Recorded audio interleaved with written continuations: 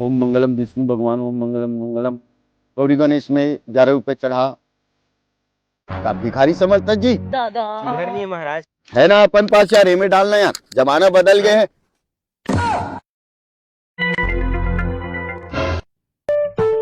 Phone पे पर 100 रुपए मिले। महुआ के दारू में दम है। ये भगवान क्या जुल्म है। क्या करे था जी? नशा है खराब, झन पियो शराब, समझे बाबू? यदि तुम्हार शादी संपन्न हो गए और इमे 1001 रुपया डाल दे बाबू। देख रे बाबू, तोर उम्र के सब लड़का मन के बिहार हो गए, अब ते कब करबे भगवान जाने। अब मोह खोजत तो होगा, अब मिलत नियत में क्या कर सकता हूँ। चलो ये महाराज का जाबोगा। चल महाराज।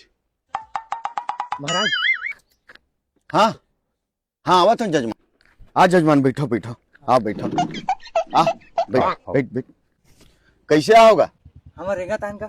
अरे मोर कहे के मतलब नहीं गा, का काम से आ? भतीजा की शादी लगत नहीं महाराज, बड़ खुश हो से परेशान हो गए हैं, ओकर नाम से एकर राशि देखवा बरा हैं। देखा हाथ ला, तोर कुंडली में दोष है, एकर एक के उपाय है बेटा।